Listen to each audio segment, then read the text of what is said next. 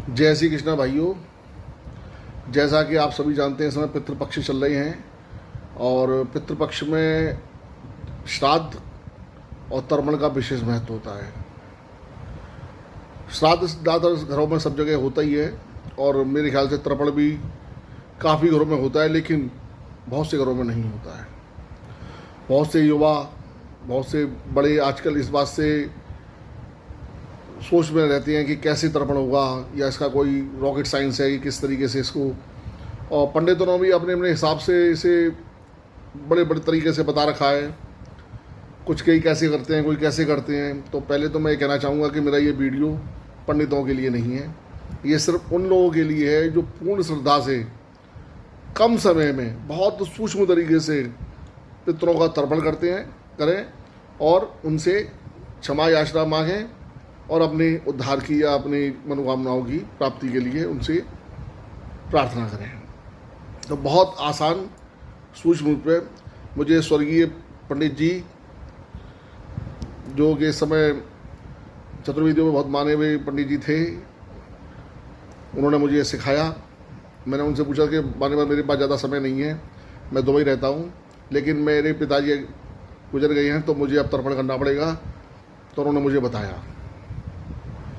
तो वैसे तो तर्पण 3 पीढ़ियों का होता है, पिता, पितामह और प्रपितामह। इसमें क्रम में भी कुछ भेद है। बहुत से लोग पहले पिता का करते हैं, फिर पितामह का करते हैं, फिर प्रपितामह का करते हैं। लेकिन मैंने भी इस बात में भी एक पंडित जी से पूछा तो उन्होंने कहा ना, यदि आप श्राद्ध यदि किसी का तीनों दिन दो या 3 का एक साथ होता है तो किसका पहले गौरास काटते हो? मैंने कहा सबसे पहले बड़े का काटते हैं। तो बोले ठीक उसी प्रकार तर्पण भी बड़े से शुरुआत होती है। और मुख्यतः हमारे 3 तर्पण होते हैं।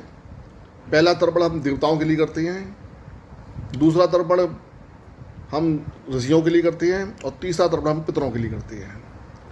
इसकी भी स्थिति है, वैसे तो बहुत लॉन्ग में जाएंगे तो मैंने पहले कहा था कि ये पंडितों के लिए नहीं है, ये सादा जनमानस जो आसानी से सीखना चाहती है उनके लिए मेरे वीडियो बनाया है।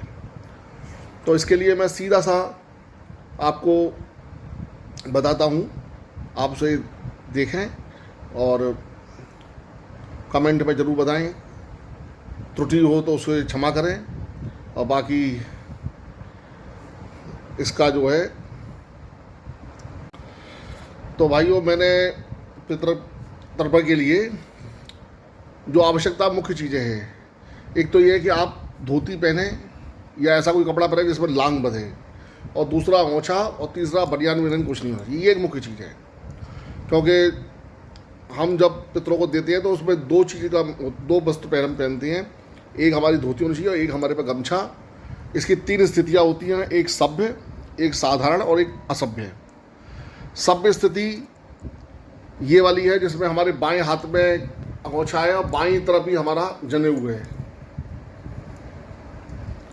बाएं से दाएं जो नॉर्मली हम पहनते हैं, ये हमारी सभ्य स्थिति है।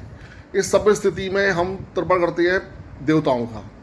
उसके बाद हम अंगोछा को और जनेऊ को माला की तरह डाल के बीच में, जैसे माला पड़ी हुई है, इसी तरीके से अंगोछे को और जनेऊ की स्थिति करके हम ऋषियों का तर्पण करते हैं। उसके बाद असभ्य होके, यानी कि हम अंगोछे को दाएं कंधे पे और जनेऊ को दाएं तरफ करके हम अपने पितरों का तर्पण करते हैं। वैसे नॉर्मल में तो बहुत सी चीज़ें होती हैं, जौ लाइए, दूध लाइए, वो लाइए, लेकिन सिंपल पानी से भी आप तर्पण कर सकते हैं।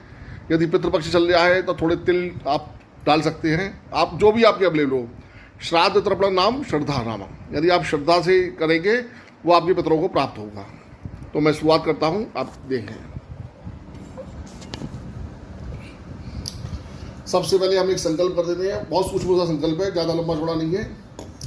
ओम श्री विष्णु श्री विष्णु श्री विष्णु देव तर्पण, ऋषि तर्पण एवं पितृ तर्पण कार्य कृष्य। ये हमने एक पात्र में पानी को छोड़ दिया। ये हमारा है। इसके बाद हम देवताओं को, जैसे मैंने पूर्व बताया था, देवताओं की स्थिति ऐसी होती है कि हमें देवताओं को तर्पण इस तरीके से करना पड़ता है, ऋषियों को इस तरीके से और पितरों को अंगूठे के और इसके बीच में यहाँ से। तो ये स्थिति अलग अलग होती है। तो पहले हमने, जैसे मैंने बताया था कि पहले मैं सभ्य रूप में, यानी कि मैंने अंगोछा को उल्टे हाथ पे, जनेऊ को उल्टे हाथ पे करके, और मैं सबसे पहले देवताओं का तर्पण करता हूँ। वैसे लंबा तर्पण है, लेकिन हमें जो सूक्ष्म बताया है वो सूक्ष्म ही आपको बताऊंगा, बड़े आसानी से आप लोग बड़ी आसानी समझ जाएंगे। ओम सर्वदेवताभ्यो तृप्त्याम, ओम सर्वदेव पत्नी तृप्त्याम, ओम सर्वदेवपुत्र तृप्त्याम, ओम सब देवसुता तृप्त्याम, यानी देवताओं की पत्नियां, देवताओं के पुत्र, देवताओं की पुत्रियां, जो भी है सब तृप्त हो एकदम। उसके बाद जैसे मैंने बोला कि जनेऊ को माला के रूप में, ये हमने बीच में कर लिया जनेऊ, सेब हमने अंगोछा भी ऐसे बीच में डाल लिया, ये ऐसे। और अब हम इस तरीके से हम ऋषियों का तर्पण करेंगे। जाने के देवताओं का तर्पण सबका एक एक बार होता है, ऋषियों का 2 बार होता है, और पितरों का 3 बार होता है। ओम समद्र शुभो तृप्त्याम, ओम समद्र शुभो तृप्त्याम, ये 2 बार हो गया। अब हम जनेऊ की स्थिति को असभ्य कर लेंगे, यानी कि हम उल्टे कंधे पर जनेऊ, सीधे कंधे पर जनेऊ और सीधे कंधे पर अंगोछा, इस तरीके से। ये हो गया असभ्य स्थिति, इसे कहते हैं असभ्य स्थिति, यानी उल्टा जनेऊ करके। और हमने तिल जो है ये पात्र में डाल दिए। पात्र छोटा हो तो 2 पात्र में पानी ले लें। ये डिपेंड करता है आपके कितने लोगों को पितर आप तर्पण करते हैं। हम 3 पीढ़ी, जैसे मैंने बताया, 3 पीढ़ी अपनी मातृपक्ष की पीढ़ियाँ, उनका भी तर्पण हम करती है। तो सबसे पहले हमने ये स्थिति लिया और अपने तीसरी पीढ़ी के पुरखन को याद किया। जैसे मेरे पिताजी एक्सपायर हो चुके हैं, तो पिताजी पहली पीढ़ी, दूसरी पीढ़ी मेरे बाबा और तीसरी पीढ़ी मेरे परबाबा। तो मेरे परबाबा का नाम, उनका गोत्र लगा के हमें तर्पण करना है। ओम मम प्रपितामह भारद्वाज गोत्रस्य श्री बनमाली जी शर्मणाम तृप्त्याम, मम प्रपितामह भारद्वाज गोत्रस्य श्री बनमाली जी शर्मणाम तृप्त्याम, मम प्रपितामह भारद्वाज गोत्रस्य बनमाली शर्मणाम तृप्त्याम। उसके बाद पितामह, मम पितामह भारद्वाज गोत्रस्य श्री रंगनाथजी शर्मणाम तृप्त्याम, मम पितामह भारद्वाज गोत्रस्य रंगनाथजी शर्मणाम तृप्त्याम, मम पितामह भारद्वाज गोत्रस्य रंगनाथजी शर्मणाम तृप्त्याम। उसके बाद फिर पिता, मम पिता भारद्वाज गोत्रस्य श्री गोगरी शर्मणाम तृप्त्याम, मम पिता भारद्वाज गोत्रस्य गोगरी शर्मणाम तृप्त्याम, मम पिता भारद्वाज गोत्रस्य गोगरी शर्मणाम तृप्त्याम। उसके बाद हम चलते हैं दादी पक्ष की तरफ। यदि माताजी है तो दादी, परदादी और सकल दादी। तो मेरी सकल दादी का भी करता हूँ, तो वो सकल दादी मेरे पितृ की प्रपितामही भाई, प्रपितामही कहते हैं परदादी को। तो मम पितृ प्रपितामही भारद्वाज जमुनादेवी शर्मणाम तृप्त्याम, मम पितृ प्रपितामही भारद्वाज गोत्रस्य जमुनादेवी शर्मणाम तृप्त्याम, मम पितृ प्रपितामही भारद्वाज जमुनादेवी शर्मणाम तृप्त्याम। अब परदादी, मम प्रपितामही भारद्वाज बब्बी देवी शर्मणाम तृप्त्याम, मम प्रपितामही भारद्वाज बब्बी देवी शर्मणाम तृप्त्याम, मम प्रपितामही भारद्वाज बब्बी देवी शर्मणाम तृप्त्याम। उसके बाद पितामही यानी दादी, भारद्वाज गोत्रस्य शांति सर्वनाम तृप्त्याम, मम पितामही भारद्वाज शांति सर्वनाम तृप्त्याम, मम पितामही भारद्वाज गोत्रस्य शांति सर्वनाम तृप्त्याम। उसके बाद जैसे मेरा भारद्वाज गोत्रस्य है, तो मैं उस बाकी सारे पुत्रों को तर्पण एक साथ करूँगा।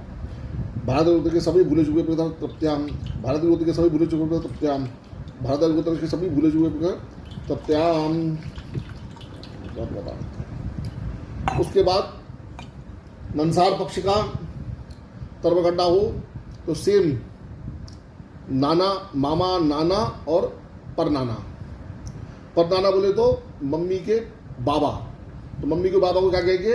मातृ पितामह। तो मम मातृ पितामह दक्ष गोत्र से श्री शौकिला जी शर्मणाम तृप्त्याम, मम मातृ पितामह दक्ष गोत्र श्री शौकिला शर्मणाम तृप्त्याम, मम मातृ पितामह दक्ष गोत्र श्री शौकिला शर्मणाम तृप्त्याम।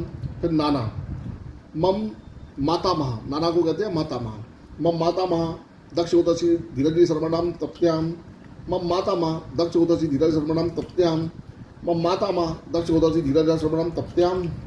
उसके बाद मामा, मम मातृ भाता मातुला दक्ष गोत्र श्री रामनाथ शर्मणाम मामा तृप्त्याम, मम मातृ भाता दक्ष गोत्र श्री रामनाथ शर्मणाम तृप्त्याम, मम मातृ भाता मातुला दक्ष गोत्र श्री रामनाथ शर्मणाम तृप्त्याम। उसके बाद महिला वर्ग में हम केवल नानी को भी देखें तो चलेगा। मम मातामही दक्ष गोत्र श्री थकड़ो देवी शर्मणाम तृप्त्याम, मम मातामही दक्ष गोत्र श्री थकड़ो शर्मणाम तृप्त्याम, मम मातामही दक्ष गोत्र श्री थकड़ो देवी शर्मणाम तृप्त्याम। उसके बाद स्थानधारी, भूले चूके, कोई भी किराएदार जो कोई आपसे तृप्ति चाहता हो उसके नाम के 3 और निकालते हैं। भूले चुके आगे मागे जो कोई हो, जो कोई आपसे कांक्षा करता हो, जो कोई पितृदेवता हो, तृप्त्याम, ऐसे सब देवता भाभी भूले चुके सबके लिए तृप्त्याम, ऐसे भूले चुके सबके लिए तृप्त्याम तृप्त्याम तृप्त्याम तृप्त्याम तृप्त्याम। ये आपने सबका तर्पण कर दिया। उसके बाद महत्वपूर्ण बात, आप जनेऊ को ऊपर करके ऐसे और आकाश में जैसे पितरों से आप दर्शन कर रहे हैं, जय पितृदेवता, हाथ को ऊपर आकाश करें और उनसे क्षमा याचना करें। हे पितृदेवताओं तृप्त हो, हे पितृदेवताओं हमारे अपराधों को क्षमा करो, हे पितृदेवताओं वंश में दया करो, हे पितृदेवताओं हमारी उन्नति करो, हे पितृदेवताओं जो भी आपकी मनोकामना है वो उनसे मांगें। उसके बाद फिर जनेऊ को पुरानी स्थिति में ले आएंगे, यानी सभ्य वाली स्थिति में। और ये सभ्य वाली स्थिति पर हम ले आए, ये यानी उल्टे हाथ में जनेऊ, उल्टे हाथ में हमारा अंगोछा। उसके बाद फिर हम इस तर्पण कार्य करके श्री कृष्णार्पणम, कृष्ण भगवान के समर्पित, तो जो कुछ है चराचर में सब कृष्ण है। और हमने ये तर्पण कार्य संभाली। उसके बाद जल को अपने आंखों से लगा के और उसे किसी जलाशय में या पानी में या पेड़ के नीचे या जहाँ कहीं इंग्लिश नहीं हो तो बातें लगा के जहाँ कहीं उसे निर्गमन करना हो उससे आप कर दें। तो ये रहा बहुत ही आसान, बहुत ही सूक्ष्म और बहुत ही कम समय में तर्पण। आशा करता हूँ आपको अच्छा लगा होगा। और इस तरीके के और भी ज्ञानवर्धक वीडियो के लिए आप हमारे चैनल को सब्सक्राइब करें। धन्यवाद। शैलेंद्र वकील, दुबई समाचार।